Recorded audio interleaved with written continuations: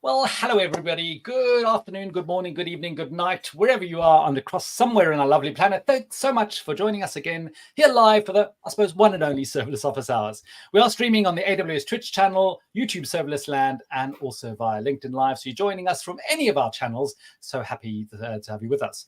My name's Julian Wood. I'm a developer advocate for Serverless at AWS.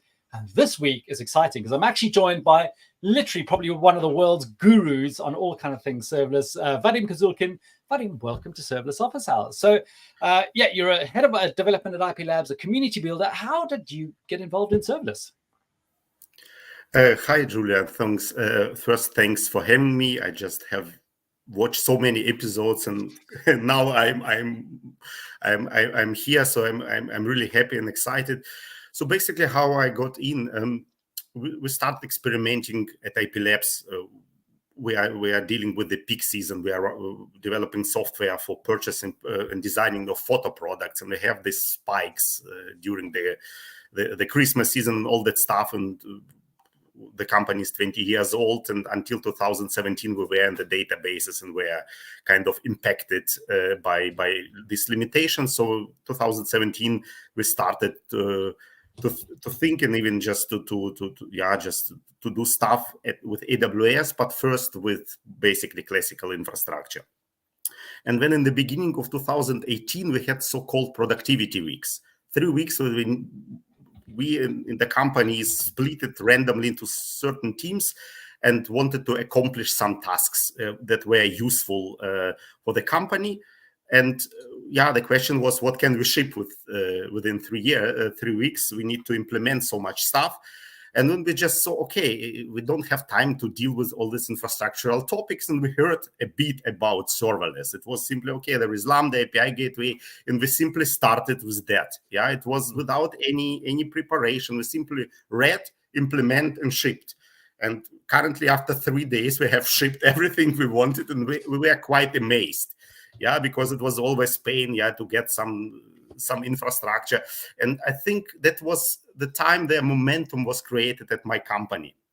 The people say, okay, we see a lot of potential and value to ship quickly. And after all those limitations, so simply we started to learn to share the knowledge. And basically, I'm more in the managerial role, but I'm software developer since more than 25 years. And of course, I was also hands-on engaged in that stuff. And I think we built something in the company where we have this serverless first approach. It's not easy, of course, distributed system and all that stuff, but this power of releasing within one team, everybody can deploy literally. Of course, we don't need to deploy on Friday at 6 p.m. We are not the company that's really requested, but this is something that we could really end-to-end own stuff. And then it's developed. I will be in Warsaw in 2 weeks. We'll be talking about how we implemented our cloud storage, picture storage and pictures in the heart of what we are doing with serverless. And I think I'm engaged within 6 years sharing the knowledge in different spaces. You probably see that I'm heavy on Java. Yeah, we're not doing too much Java with serverless, to be honest, because 6 years ago the tooling wasn't there. We have a lot of Java and monolith, but we are doing a lot serverless with other programming languages. But these are my personal researches just to help the community and provide ways. But of course, I'm interested in serverless in general and other parts like Aurora Serverless, where the people may say, okay, DynamoDB learning curve is big. I'm quite proficient with relational databases. So I research in different areas, blog a lot, and personally, I see a lot of benefits. There are a lot of challenges, but I think that technical people would like challenges to solve business problems. So Definitely. This is basically my background. We certainly appreciate all the content that you do create, and specifically about the Java. There are some amazingly huge threads and blog series, so that's great. We're going to be getting back with a lot more information from Vadym very shortly, but just quickly, some things happening in the past week. Gen AI function calling with serverless. What a cool use case that Diraj shared with us last week. Sometimes function calling where you've got a whole different kind of things going on in your Gen AI application, and it's got to read from APIs and put things together in prompts and everything, can become a bit of a black box. And so actually sort of stepping back from it and using step functions as some of that orchestrator was what D-Rod showed. And yeah, really fun use case and really sort of opened my eyes to some more cool Gen AI coolness. So that's on our Serverless Land YouTube channel, along with lots of other serverless, all of our previous serverless office hours episodes, which is going on a couple of years now. In terms of what's new in serverless, multiple buckets. If you're using Amplify with Node.js, that's super useful. With Lambda, if you can now encrypt your filter criteria for your event source mapping. So, you're reading from, I don't know, SQS, Dynamo, or this kind of thing, and you can actually now encrypt those filter kind of things, because those filters may have some business criteria that you want to keep exclusive with the customer managed teams. ECS is a cool new thing. You can restart containers without requiring a whole task relaunch. So, in a few seconds, you can just relaunch that actual container rather than putting down and doing the whole kind of tasks. S3 conditional writes. This is actually a big one. Absolutely love it. People have been using, but for people who've been using Dynamo, I don't want to write this if this already exists. Well, you can do the same thing now with S3. This now shows some of the power of object storage above files. So, Vadym, you sort of nodded and had a bit of a smile. What resonated with that one to you?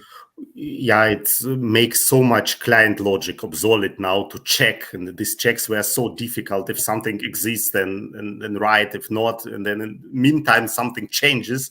Yeah, this is kind of this concurrent stuff, and this is something I see now a lot of people smiling, seeing that the stuff has been released for software engineers. We had quite a lot of conversation about too much AI stuff.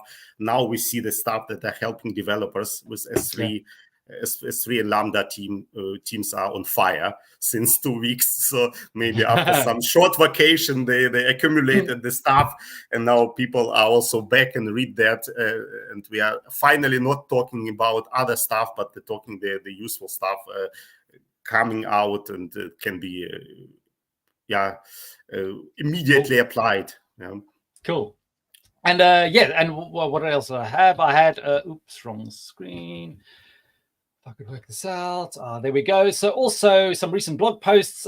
One of the releases was recursive loop detection. So of course, if you've got SQS going to Lambda back to SQS, causes an infinite loop, causes untold chaos. But there are some interesting use cases where people actually do need that.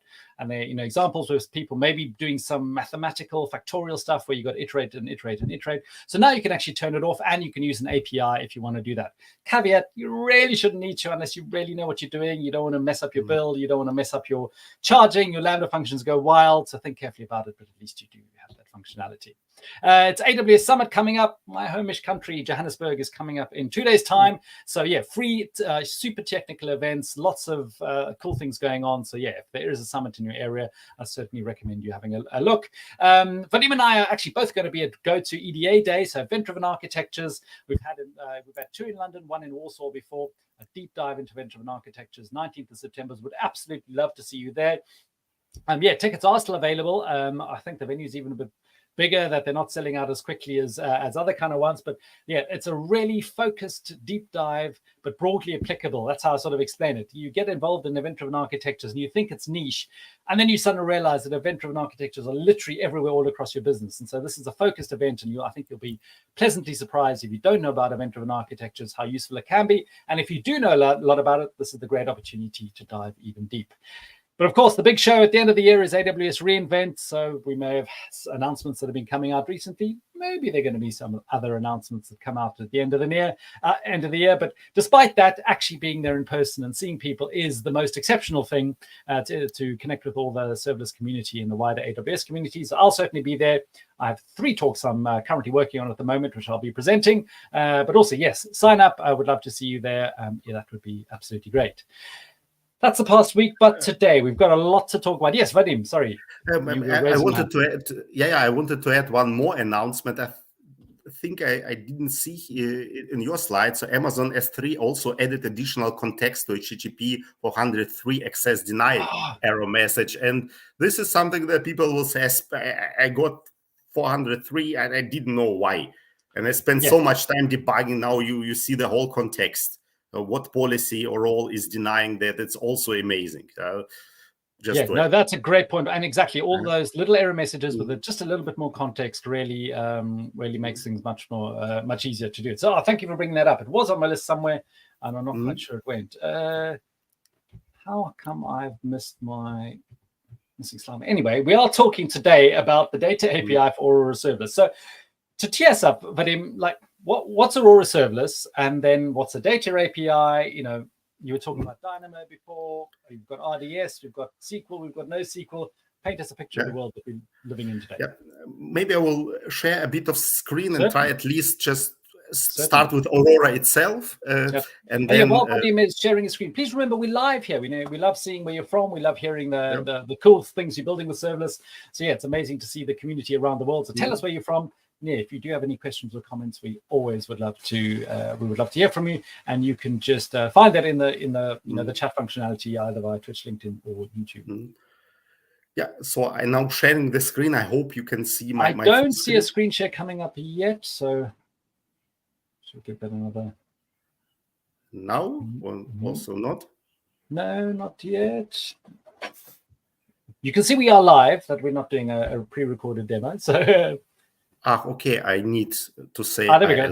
Allow. Now it should come. There we go. There we go. We now. Yeah, here we go. Cool. Okay. So first of all, maybe very short about Aurora itself and how it differs to RDS. What we were talking about managed database. So Amazon Aurora is really built for high scalable, high performance applications.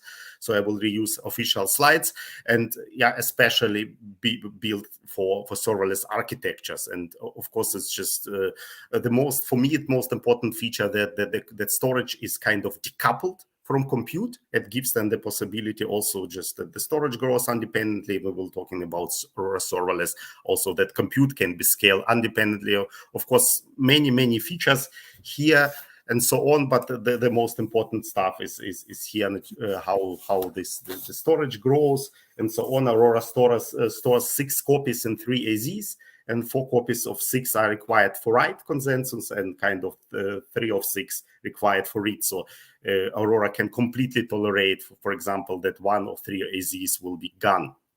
Yeah, that's really amazing features. But of course, people may ask why I need Aurora. We have RDS database, and I just try to summarize at least what are the differences. So RDS supports more agents. So Aurora is basically MySQL and Postgres compatible. So we can use the same drivers, and basically connect to Aurora. And architecture design is very, very flexible. So you have all that stuff in Aurora that you have with automatic failover, backups, multi-AZ support. For RDS, you need to enable multi-AZ support, but Aurora is built in with that fault tolerance, and it gives you 3x performance for Postgres. And I'm personally very heavy on Postgres since 20 years. And if you will compare availability, durability, due to resilience, all that stuff, due to the design of Aurora, it simply offers high availability, better durability, and all that stuff. This unique storage model allows simply many things. Also resilience, it's much more resilient. You can quickly start new replica with minimal lag and all that stuff that is not really so possible with Aurora. With RDS, storage auto scaling is similar. So also with RDS, you can scale the storage up to 46 TIPS. With Aurora, it's possible to go to 128, and you don't need to even to say how much storage do you need. It starts in 10 gigabytes and then goes in 10 gigabytes increments automatically. Aurora allows, if you compare RDS allows basically only vertical scaling. Aurora allows on top auto scaling, just the number of read replicas, and you can have up to 15 and only 5 read replicas for RDS. And if you need load balancer, you have it only for write queries for RDS, and for Aurora you have it for write and read queries, so you can kind of load balance both basically. And backup. The thing is, we prefer an RDS to back up in the special windows. So what we say in the morning of certain days, the backup, because it may impact the I/O operation, may impact performance of the application. And Aurora backups automatically. You don't need to give something, and we can simply resume basically from any time, and the backups are continuously, and there is no impact or interruption doing that stuff. So that's really cloud native database. So, are there any scenarios for Postgres and MySQL, for example, that RDS, you would choose RDS over Aurora? Because all the Aurora things look really good here. So, so basically, if we will be talking about Aurora Serverless, there will be, of course, the engine support. Yeah, if you just heavy on MariaDB, Microsoft SQL if you're Server, using MySQL Oracle. Postgres, yeah, of course, and then basically it will make sense. Yeah, Aurora will be, I would say, 20% more expensive than RDS, but you have so many features and all that stuff that you see. So there's a price consideration, but you're getting a lot more. But you have features. Yeah, you can call Lambda, you can call AI services like SageMaker, Comprehend. So basically, many should start thinking if they're using MySQL or Postgres, whether Aurora will be the right solution, because it gives you that possibilities with Aurora Serverless on top that we'll be talking later. And this is kind of, we started with RDS, but with the new stuff, if we don't use DynamoDB, we use with Aurora itself, and really amazing stuff. Yeah, this is basically kind of to paint the picture about RDS and Aurora, how they are different. And then I would say Aurora Serverless comes in, and of course, what it adds, it's kind of this not only auto-scaling of storage fleet, it adds also the compute fleet that can be auto-scaled. And the history was, it started with Aurora Serverless V1. It's been 6 years or something like this. I have now the comparison that I draw for me, because we started with Aurora Serverless, but then we overlooked something, V1, which impacted us. But the base goal was that automatically auto-scale the compute vertically and horizontally in both scenarios, just because there are peak scenarios and still this manual stuff to auto scale, and you would like to avoid that, and so on. So let's talk a bit about maybe Serverless V1. Of course, there were mixed impressions, because you see maybe on the I will now go into the laser pointer. Maybe you see there have been some features that were not available there, where the expectation was like there was no multi-AZ support for Aurora Serverless V1, and this is not very Amazon-like. There were also no read replicas, AAM authentication support wasn't there. Aurora Global Database, maybe not everybody uses it. I also wasn't using that. But basically, there have been things that were not supported, and auto-scaling took time. And it was, you see here, auto-scaling took minutes, several minutes.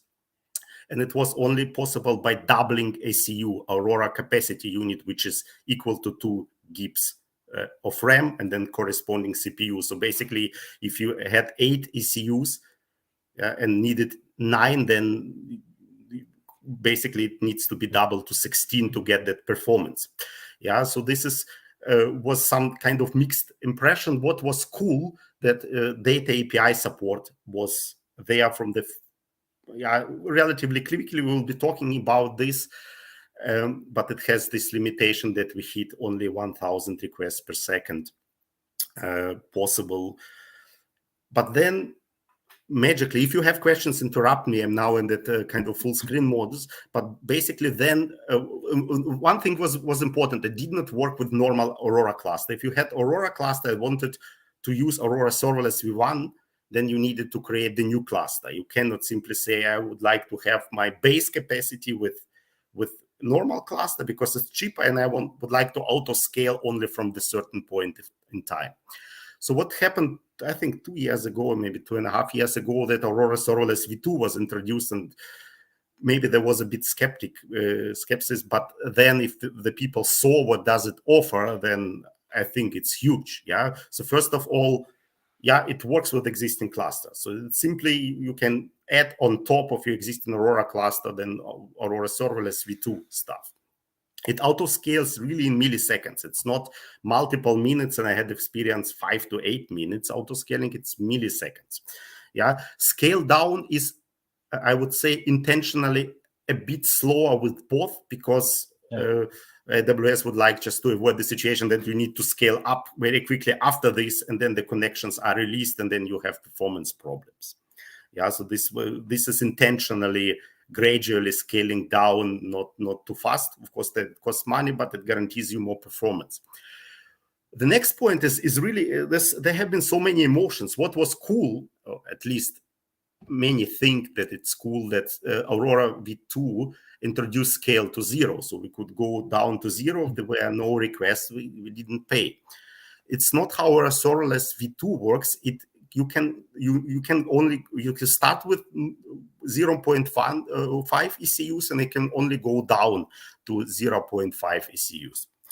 And I personally thought a lot, because it's sometimes we would like not to pay for things, but if people know how a relational database work, they rely heavily on caching.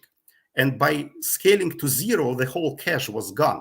So then it was the miserable performance just to start from 0. And Aurora Serverless V2, and it was recently from Mark Buka. I saw the post and read the paper about how Aurora Serverless V2 placement service was designed. And they say they wanted to have predictable performance. And you can't have predictable performance with database by scaling completely to 0. So this is something I'm personally ready to pay more just to have acceptable performance from the beginning. That's my personal stuff. But what is cool with Aurora Serverless V2, that it scales in 0.5 increments.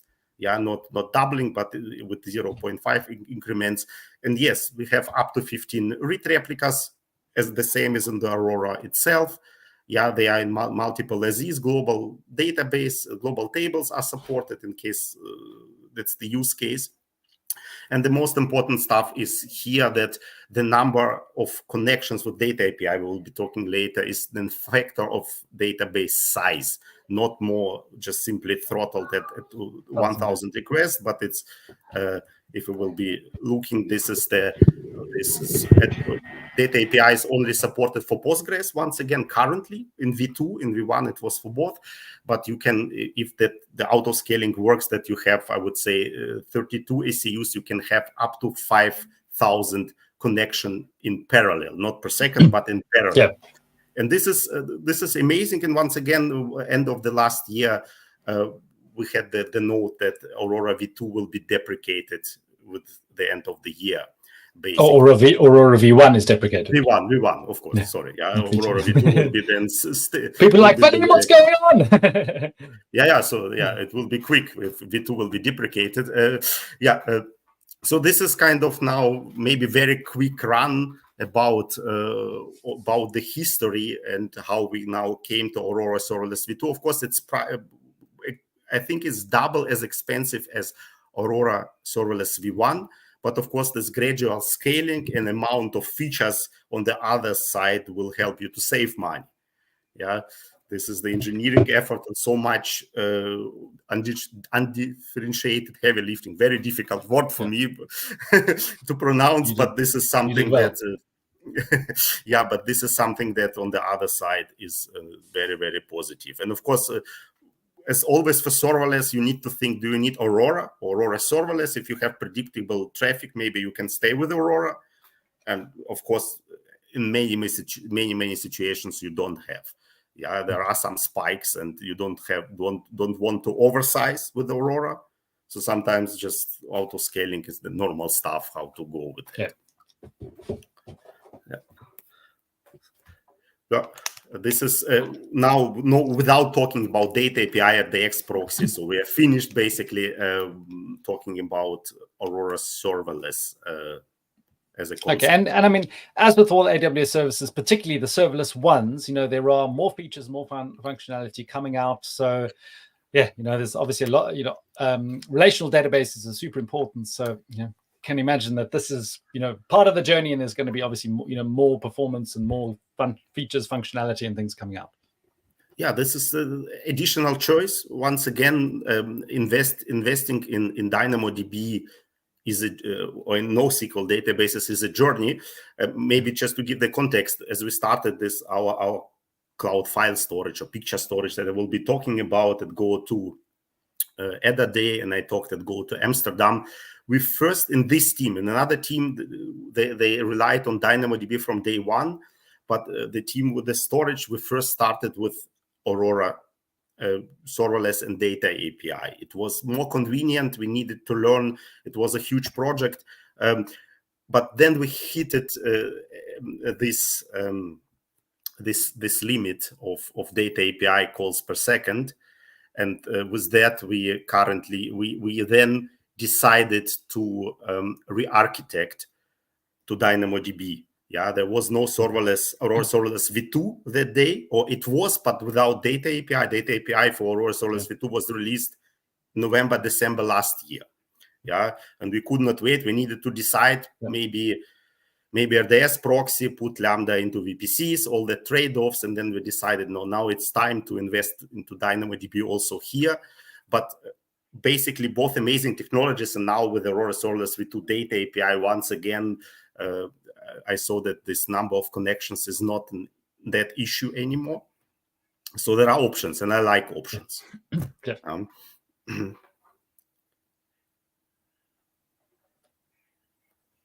Are there any questions from not at the moment? We've got some people saying hello. So yeah, AIM29D, thanks for joining us via Twitch. So yeah, we've got some people saying hello. I know him. I think he's also lives in Germany and comes from Ukraine. So excellent. Yeah. Well, nice to know that there are people watching. I think this is Alexander. He is in the I think one of the serverless teams for. Cool, excellent. Alexander, welcome. Thanks for joining us.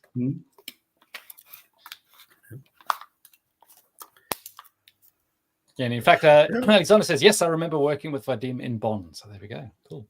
Okay. Making connections around the world. I think you visited us. Yeah. Cool. Yeah. The world is close.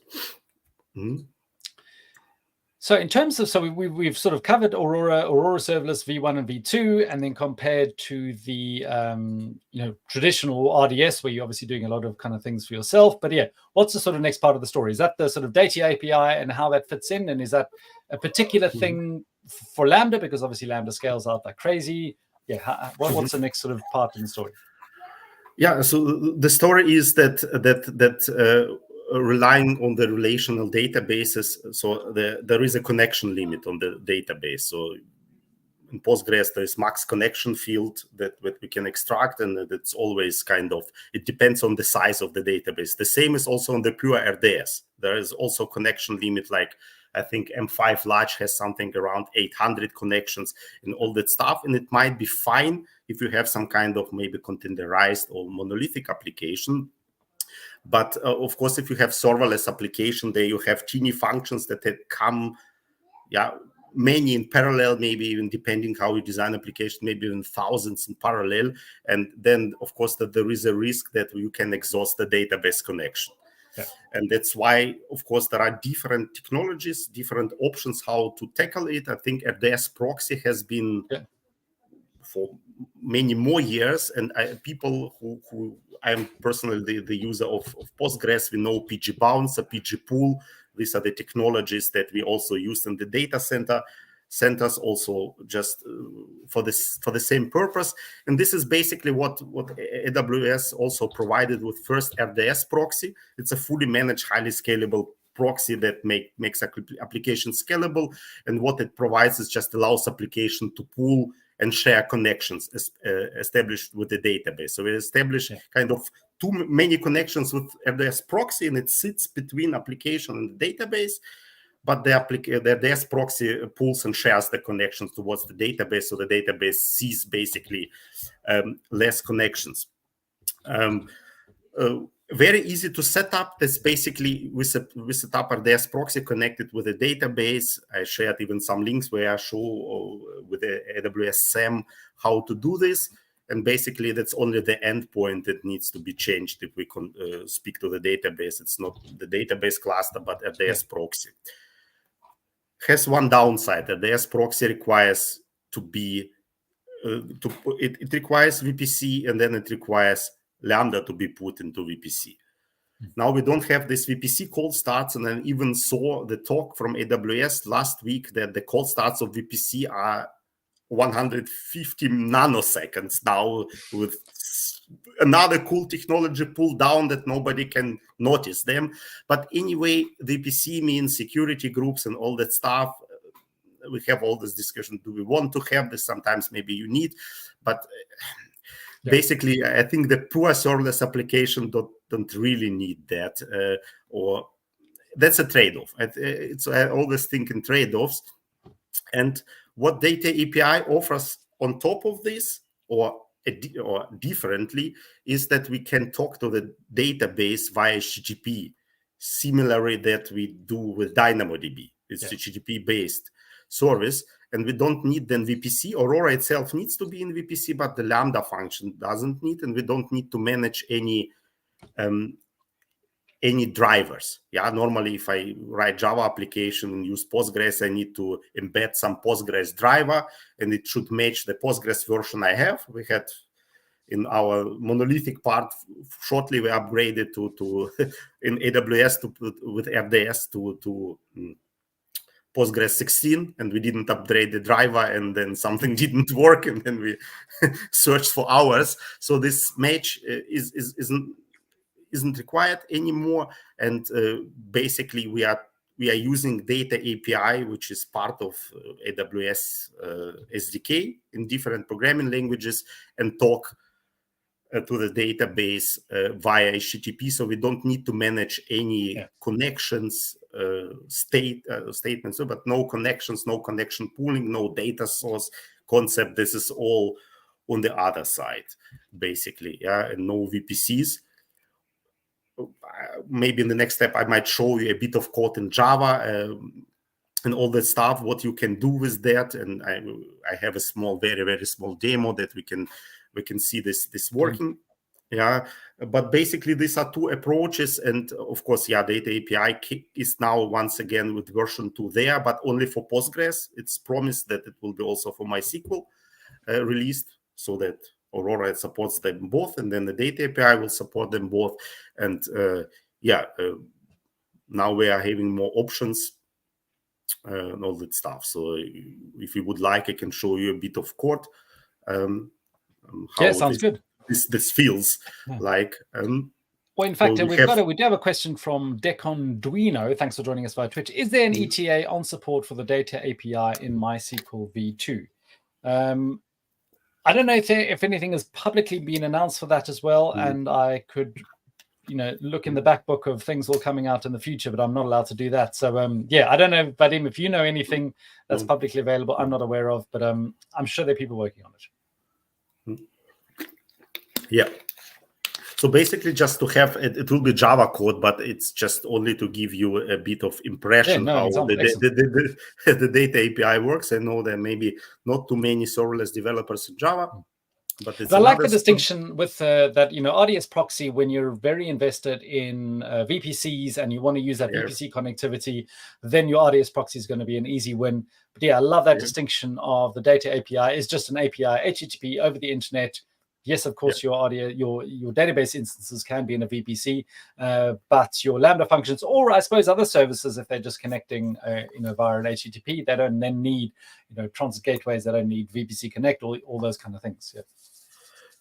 So I shared some links. They also included how to set up this Aurora cluster, and I'm running. If I will demo application, you will basically see it.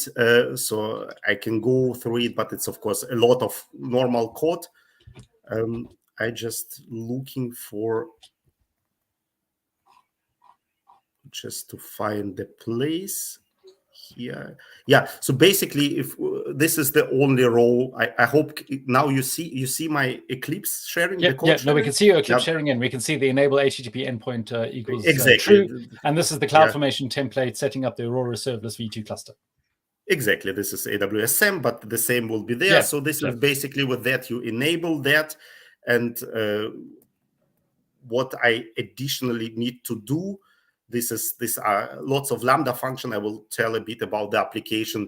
I'm not restrictive here. I can, of course, restrict to certain actions, but I allow my Lambda function to talk to RDS data. And in this case, with this asterisk, it's not the best practice. I can say just create or get the data, just to be more precise, because not all functions need everything. But basically, I'm now here basically linking the Aurora cluster.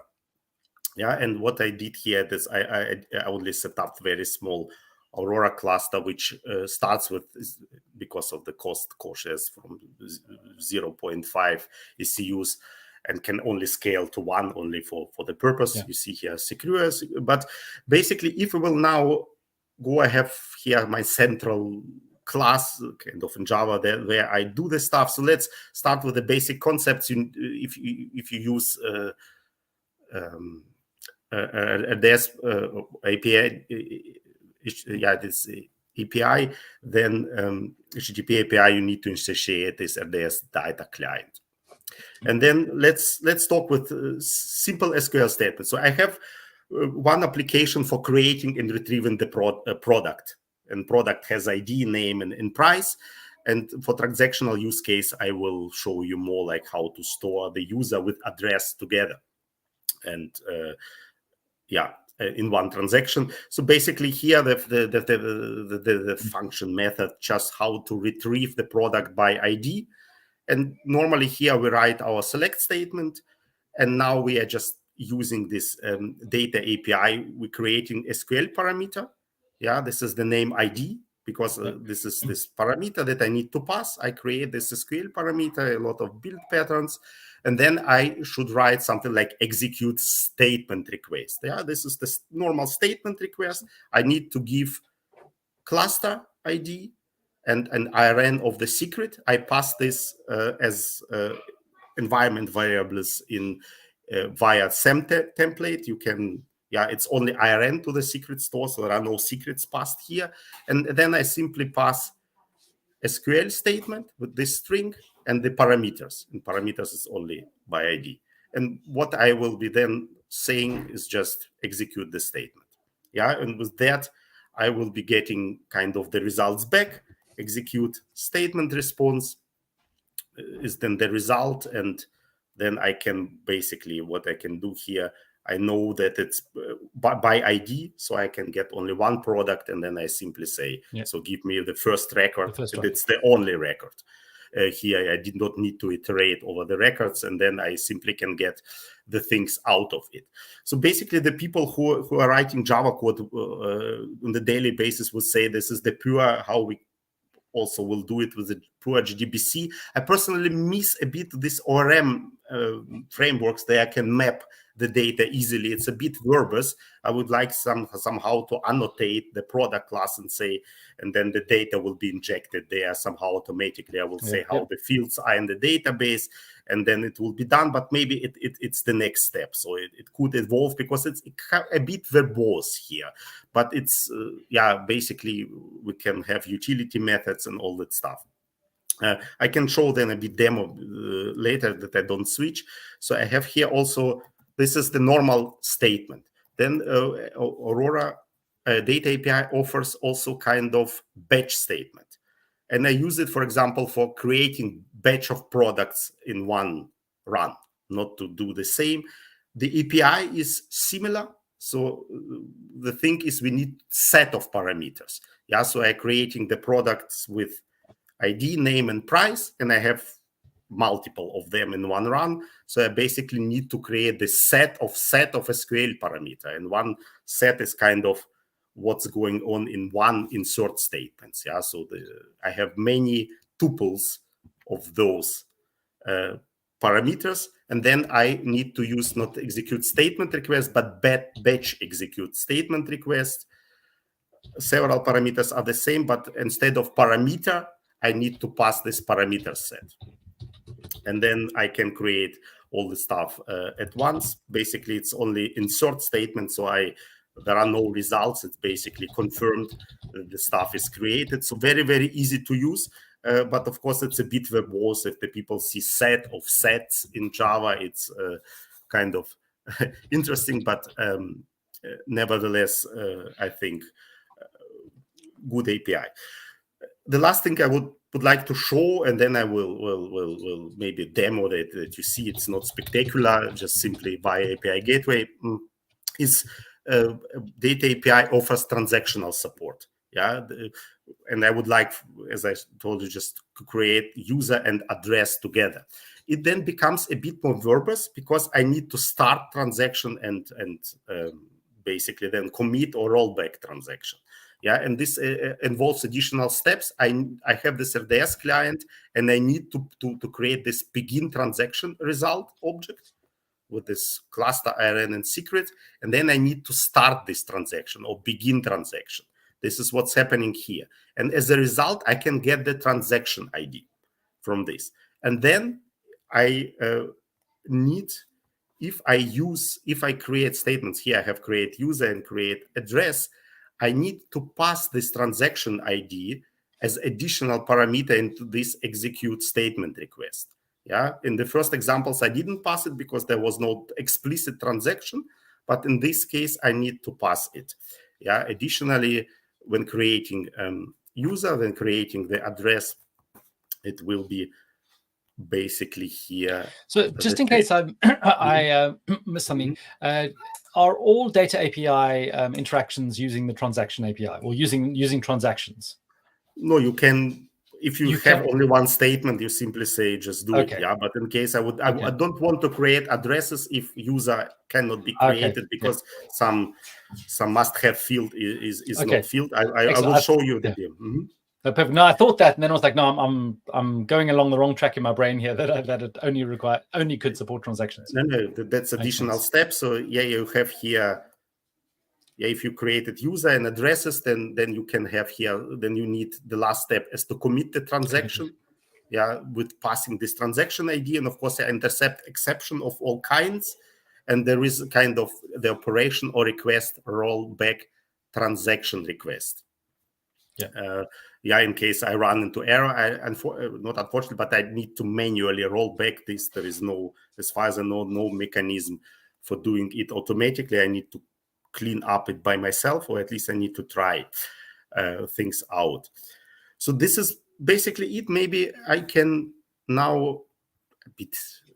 Are there any questions first, and I can maybe do a bit of. Well, we did have just a quick question earlier. It's not quite related to the data API, but Amadou Hassani from LinkedIn said, "Thanks for the session. A question about Aurora V2.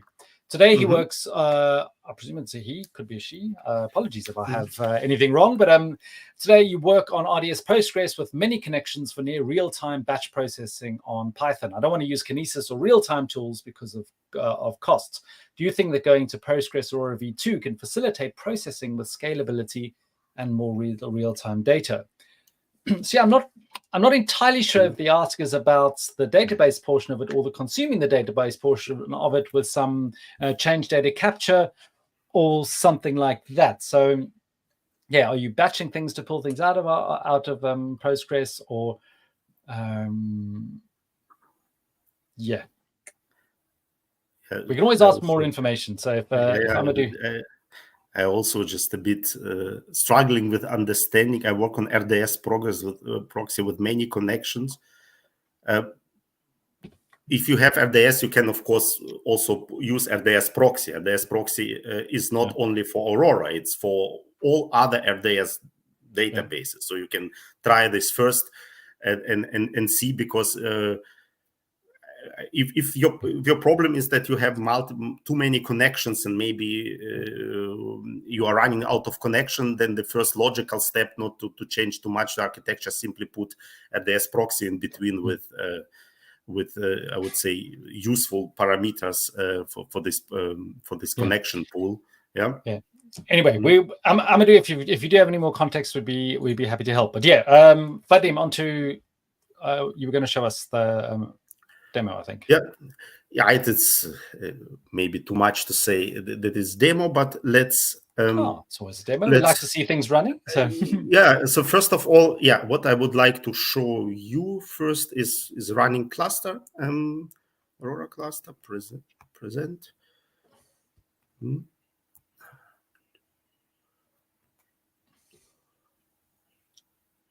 Not quite coming up yet, but the wheels of the internet are whirring around as we Yeah. That's So good old screen now, there we go. Here, there we go.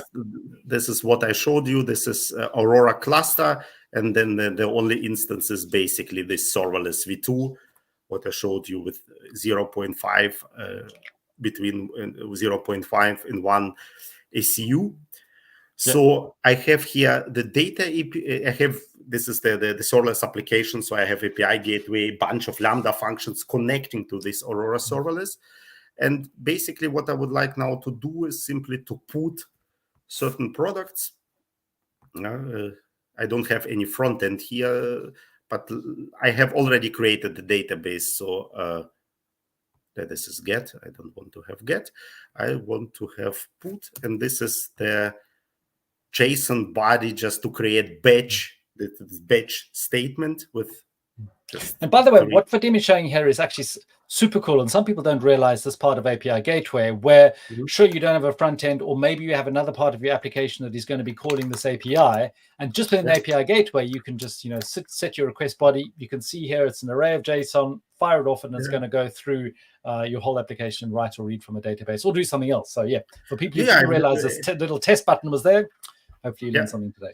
So yeah, what's happening, I already have some the table product, and I have certain products already there for test purposes. So now you saw that the kind of the ID via the sequence was generated, and now all these products had these IDs 17, 18. Now let's retrieve this product. This is 18, mark red price. So I am going here and say, yeah, the ID is 18, so give it back to me. Now we have cold starts because, it's the performance is kind of 3 to 4 seconds for the first request, very quick for the second. So now you see that that we have the mark, and I would like to show you, of course, also the transactional case with users and addresses. So let's create the one successful. I copy this stuff. So now I have here put users, and this is a successful one. All the fields are basically in place. I'm creating the user, some email with some address, which is not true. It's not my address, but it doesn't matter. And you will see that user and address will become some IDs. And this was created in the transaction. So we have now user ID 5 and address with ID 4. Now I would like to remove some field that database requires, like last name. It's not allowed to be null. So basically, there should not be anything created, and we need to have error and rollback. And this is exactly what happens. I now simply pushing the error from the database back, so the last name has no value with set. So this is, and with the data API, with the exception coming back that I'm not allowed. And of course, then the user is also not created, an address. So the user, of course, because that's the last name of the user, but also the address wasn't created. It was simply stopped. Basically, now you may be asking, I would like, where is the SQL editor? And the cool thing is it's there. I can show you have here query editor. You can only use certain things here. So I am not quite sure that you can connect to RDS here, but I have only my Aurora Serverless, and I will select, I would like to connect with secret IRN. Exactly how I'm doing this with the data API, or I'm doing the wrong stuff. I hope you see I'm sharing, I'm copy the secret. Yep, we can see stuff. So simply there, the default Postgres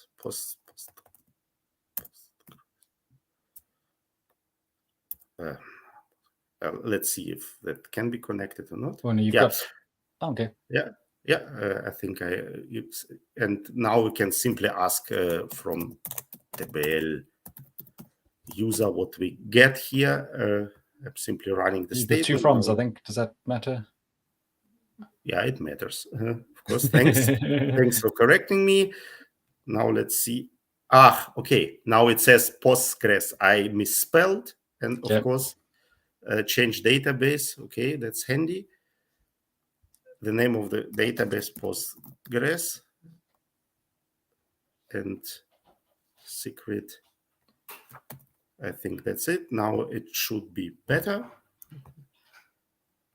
My expectation is maybe even not connect, but it's net of this. So let's now see. So I can easily, I don't need to set up. Yeah, I just created some dummy stuff. We saw the last successful try was ID 5. And exactly this is what happens. So in case you simply would like to check whether the things are successful, you can simply go into this query editor on the left side, and you can be connected very, very quickly with that stuff. Yeah, so there are lots of products, and the last one I created was the AD 18. So this is basically the very small demo. Julian, you provided the links to the repository. This is, and also to my articles where I describe that stuff, so you can play around this. You can rework it to your programming language of the choice. I'm kind of, I like Java, and that was my motivation to explore the Java SDK. So I hope I could give you some overview what this API can do. Yeah, no, definitely. I mean, just for people who wanting to sort of wrap up at the end, the data API has obviously got functionality of connection pooling if you're using it from Lambda. It hasn't got RDS. It doesn't have VPC. It doesn't require VPC connectivity, so that makes it easier. And the query syntax is pretty much the same between normal Aurora and the data API. It's SQL. It's pure SQL. Pure SQL. The only change really is you connecting via an HTTP connection rather than a TCP connection, because obviously that multi connections over that HTTP protocol, but you're also providing an RDS, providing a secrets manager session, or can be username and password, I presume. So actually, there's very little that you need to change from your application program and your architecture to use the data API.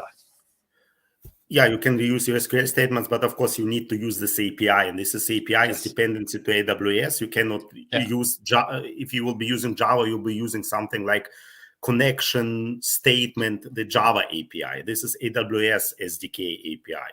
So that's kind of a bit change, but of course you can write utility methods that will help you, because it's always the same. It's execute statement, batch execute statement, begin transaction. So these are kind of stuff. It's not a huge work, but of course it's a trade-off. If you don't, if you would like to reuse the code, you can use RDS Proxy, and then with the PCs,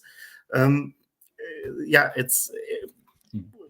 But ultimately, those shared libraries are going to be, you're going to write them once, and then you're going to use them across multiple functions or multiple databases as well. And that's just general coding best practices of creating these utilities or middleware or that kind of thing.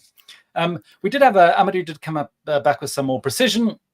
I work in a retail company with real-time data ingestion depending of customer purchased, but processing data I have implemented is done on near real time. My thinking looking at that is I would think very carefully about what actual real-time data you need on the processing bit, because that's going to implement your architecture. If the processing data, if some of it does need to be real-time for some sort of analytics or fraud, seen in a retail company or some kind of thing, but if it is just loading data into a data warehouse or some sort of compliance system or doing replication or this kind of thing, step one I would think is to be very clear on what you actually need in your consumer for your real-time data, and seeing if you can split that out. If you don't know about CDC, change data capture, that's certainly something to look at, where you can have something watching your database changes. Maybe you have one for things that are really need to be processed really quickly, and then you can do that for real-time processing, and all the rest can be some other process that could be a lot longer. The point is, you're not spending a lot of money having real-time processing for the things that don't need to happen really quickly. So that would be my quick hot take on that. Our friend is back. I'm not familiar with data API or RDS Proxy. How do you handle observability specifically for SQL statements, query failures, maybe performance indicators, which queries are slow or which are most common? Curious to hear from you. That's the very good question, because we have performance insights, which is also there for Aurora, and enable it. It's, as far as I know, even for free, and then you have really good dashboards. I was really amazed because we started to use it for years, and it was only even with RDS, but it was possible, I think, from Postgres 10, and it was reason for us many years ago to update from 9 to 10 to use it. They are really visual queries, and you can, I don't know if you can have something like observability based on query, but you have really good dashboards, how much CPU, what query, how often each query is executed, and all that stuff.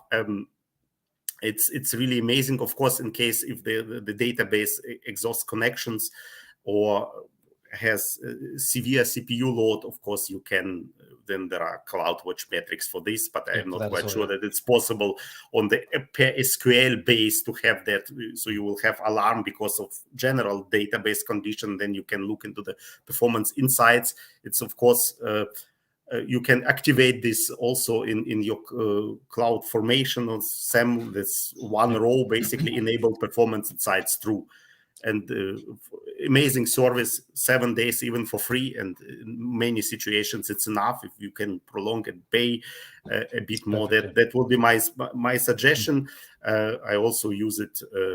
I like also DevOps Guru tool. I'm talking also about it because it basically automatically recognizes insights, and also in case I use Aurora, it works only if I enable performance insights. Yeah, they work in conjunction. So Vadym, quickly, we literally have a minute or two left. You did mention cold starts briefly there, and seeing you are one of the world's Java experts on Lambda, do you use SnapStart? Do you, one or two top tips for mitigating cold starts for Java? SnapStart will help. Of course, we have a bit higher cold starts with relational databases, and because you got a credit. Doesn't matter RDS proxy or